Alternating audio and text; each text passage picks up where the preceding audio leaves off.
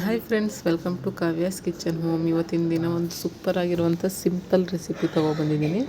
ಈಸಿಯಾಗಿ ಚಿಕನ್ ಸಾಂಬಾರು ಹೇಗೆ ಮಾಡೋದು ಅಂತ ನೋಡ್ಕೊಂಬರೋಣ ಬನ್ನಿ. ನೋಡಿ, ನಾನು 1 kg ಚಿಕನ್ ವಾಶ್ ಮಾಡಿ ಇಟ್ಕೊಂಡಿದ್ದೀನಿ. ನಂತರ ಒಂದು ಕುಕ್ಕರಿಗೆ ಸ್ವಲ್ಪ 3ರಿಂದ 4 ಸ್ಪೂನು ಕುಕ್ಕಿಂಗ್ ಆಯಿಲ್ ಹಾಕಿ ಅದಕ್ಕೆ ಒಂದು ಅರ್ಧ ಕಂತೆಯಷ್ಟು ಕೊತ್ತಂಬರಿ ಸೊಪ್ಪು, ಈರುಳ್ಳಿ ಮತ್ತು ಅರಿಶಿನ ಪೌಡರ್ ಎಲ್ಲ ಹಾಕಿ ಅದನ್ನು ಸ್ವಲ್ಪ ಫ್ರೈ ಮಾಡಿ ನಂತರ ಅದಕ್ಕೆ ಶುಂಠಿ ಬೆಳ್ಳುಳ್ಳಿ ಪೇಸ್ಟ್ ಹಾಕ್ಕೊಂಡು ನಾನು ಏನು ವಾಶ್ ಮಾಡಿ ಇಟ್ಟಿದ್ದೆ 1 kg ಚಿಕನ್ ಅದನ್ನು ಕೂಡ ಸೇರಿಸ್ಕೊಂಡು ಎಲ್ಲನೂ ನೀಟಾಗಿ ಮಿಕ್ಸ್ ಮಾಡ್ಕೊತಾ ಇದ್ದೀನಿ.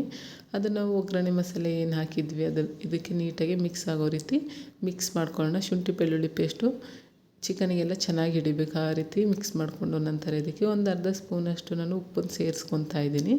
ಉಪ್ಪು ಮತ್ತು ಒಂದು ಗರಿಯಷ್ಟು ಕರಿಬೇವಿನ ಸೊಪ್ಪು ಹಾಕಿದ್ರೆ ಸಾಂಬಾರು ಎಕ್ಸ್ಟ್ರಾ ಟೇಸ್ಟ್ ಬರುತ್ತೆ ಅಂಥೇಳಿ ತುಂಬ ಚೆನ್ನಾಗಿರುತ್ತೆ. ನೋಡಿ, ಎಲ್ಲನೂ ಹಾಕಿ ನಾನು ಅದನ್ನು ಒಗ್ಗರಣೆ ಹಾಕಿ ಅದನ್ನು ಒಂದು ಸೈಡ್ ಬೇಯೋದಕ್ಕೆ ಅಂತ ಬಿಟ್ಟು ನಂತರ ಒಂದು ಟೊಮೊಟೊನ ಕಟ್ ಮಾಡಿ ನೀಟಾಗಿ ಸಣ್ಣದಾಗಿ ಕಟ್ ಮಾಡಿ ಅದನ್ನು ಕೂಡ ಸೇರಿಸ್ಕೊಂಡಿದ್ದೀನಿ ಚಿಕನ್ನಿಗೆ. ನಂತರ ನಾನು ಕಾಯಿ ಮಸಾಲೆ ರೆಡಿ ಮಾಡ್ಕೊಂಡಿದ್ದೀನಿ. ನೋಡಿ, ಒಂದು ಅರ್ಧ ಹೋಳಷ್ಟು ತೆಂಗಿನಕಾಯಿ ಮತ್ತು ಒಂದು ಟೊಮೊಟೊ, 2 ಸ್ಪೂನು ಧನಿಯಾ ಪೌಡರ್, 1 ಸ್ಪೂನು ಚಿಲ್ಲಿ ಪೌಡರ್ ಎಲ್ಲ ಹಾಕ್ಕೊಂಡು ನಾನು ಖಾರನ ರುಬ್ಬಿಸಿ ಇಟ್ಕೊಂಡಿದ್ದೆ. ಆ ಖಾರನ ನಾನು ಇದಕ್ಕೆ ಸೇರಿಸ್ಕೊತಾ ಇದ್ದೀನಿ. ಇದಕ್ಕೆ ನಾನು ಚಕ್ಕೆ ಮಸಾಲೆ ಏನೂ ಹಾಕಿಲ್ಲ. ಎಕ್ಸ್ಟ್ರಾ ಒಂದು ಅರ್ಧ ಸ್ಪೂನಷ್ಟು ಗರಂ ಮಸಾಲೆ ಆ್ಯಡ್ ಮಾಡಿದ್ದೀನಿ ಅಷ್ಟೇನೇನು. ಮತ್ತು ತೆಂಗಿನಕಾಯಿ ಖಾರ ಹಾಕಾದ್ಮೇಲೆ ನಿಮಗೆ ಸಾಂಬಾರು ಕ್ವಾಂಟಿಟಿ ಎಷ್ಟು ಬೇಕು ನೋಡ್ಕೊಂಡು ಅದಕ್ಕೆ ಸ್ವಲ್ಪ 1-2ರಿಂದ 3 ಲೋಟ ನೀರು ಸೇರಿಸ್ಕೊಳ್ಳಿ. ಸಾಂಬಾರು ಗಟ್ಟಿಯಾಗಿದ್ರೇ ತುಂಬ ಚೆನ್ನಾಗಿರುತ್ತೆ.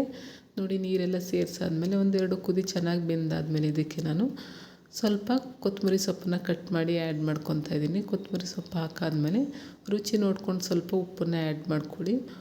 ಉಪ್ಪನ್ನು ನೋಡಿ ಹಾಕ್ಕೊಳ್ಳಿ ನೀವು, ಯಾಕಂದರೆ ನಾನು ಚಿಕನ್ ಬೇಯೋ ಟೈಮಲ್ಲಿ ಸ್ವಲ್ಪ ಉಪ್ಪು ಹಾಕಿರೋದ್ರಿಂದ ಈಗ ಸ್ವಲ್ಪ ಟೇಸ್ಟ್ ನೋಡ್ಕೊಂಡು ನಾನು ಉಪ್ಪು ಹಾಕ್ಕೊತಾ ಇದ್ದೀನಿ. ನಂತರ ಇದನ್ನು ಹಾಕಾದ್ಮೇಲೆ ಕುಕ್ಕರ್ ಲಿಡ್ಡನ್ನು ಕ್ಲೋಸ್ ಮಾಡಿಕೊಂಡು 1-2 ವಿಷಲ್ ಕೂಗಿಸ್ಕೊತಾ ಇದ್ದೀನಿ ಅಷ್ಟೇ. ಸಾಂಬಾರು ರೆಡಿಯಾಗಿ ಹೋಗುತ್ತೆ. ನೋಡಿ ಎಷ್ಟು ಚೆನ್ನಾಗಿದೆ ಅಂತ ಸಾಂಬಾರು. ತುಂಬ ಟೇಸ್ಟಿಯಾಗಿತ್ತು. ನೀವು ಕೂಡ ನಿಮ್ಮಲ್ಲಿ ಟ್ರೈ ಮಾಡಿ ಹೇಗೆ ಬಂತು ಅಂತ ನನಗೆ ಕಮೆಂಟ್ ಮಾಡಿ ತಿಳಿಸಿ. ಈ ಸಾಂಬಾರನ್ನು ನೀವು ಮುದ್ದೆ ಜೊತೆ, ರೈಸ್ ಜೊತೆ ಯಾವುದ್ರ ಜೊತೆನಾದರೂ ಬೇಕಿದ್ದರೆ ಸರ್ವ್ ಮಾಡ್ಕೊಬೋದು. ಟೇಸ್ಟ್ ವೈಸು ಅಷ್ಟೇ ತುಂಬ ಚೆನ್ನಾಗಿತ್ತು. ನೀವು ಇದಕ್ಕೆ ಬೇಕು ಅಂದರೆ ಚಿಕನ್ ಮಸಾಲೆ ಪೌಡರು ಕೂಡ ಸ್ವಲ್ಪ ಆ್ಯಡ್ ಮಾಡ್ಕೊಬೋದು. ಒಂದು ಅರ್ಧ ಸ್ಪೂನಷ್ಟು ಆ್ಯಡ್ ಮಾಡಿಕೊಂಡ್ರೆ ಸಾಕಾಗುತ್ತೆ. ನೋಡಿ, ಜಾಸ್ತಿ ಮಸಾಲೆ ಹಾಕಿದ್ರೆ ಟೇಸ್ಟೇ ಚೇಂಜ್ ಆಗಿಬಿಡುತ್ತೆ. ನೋಡಿ ಎಷ್ಟು ಚೆನ್ನಾಗಿದೆ ಅಂಥೇಳಿ ಸಾಂಬಾರು. ನೀವು ಕೂಡ ನಿಮ್ಮನೇಲಿ ಟ್ರೈ ಮಾಡಿ ಹೇಗೆ ಬಂತು ಅಂತ ನನಗೆ ಕಮೆಂಟ್ ಮಾಡಿ. ಹಾಗೆ ನನ್ನ ವೀಡಿಯೋಸ್ ನೋಡ್ತಾ ಇರಿ. ನನ್ನ ವೀಡಿಯೋಸ್ ಇಷ್ಟ ಆದರೆ ನನ್ನ ಚಾನಲ್ ಸಬ್ಸ್ಕ್ರೈಬ್ ಮಾಡ್ಕೊಳ್ಳಿ. ನಿಮ್ಮ ಫ್ರೆಂಡ್ಸ್ ಆ್ಯಂಡ್ ಫ್ಯಾಮಿಲಿಗೂ ಕೂಡ ಶೇರ್ ಮಾಡಿ ಫ್ರೆಂಡ್ಸ್. ಈಗ ನನ್ನ ವೀಡಿಯೋಸ್ ನೋಡಿ ಸಪೋರ್ಟ್ ಮಾಡ್ತಾಯಿರಿ. Thank you for watching.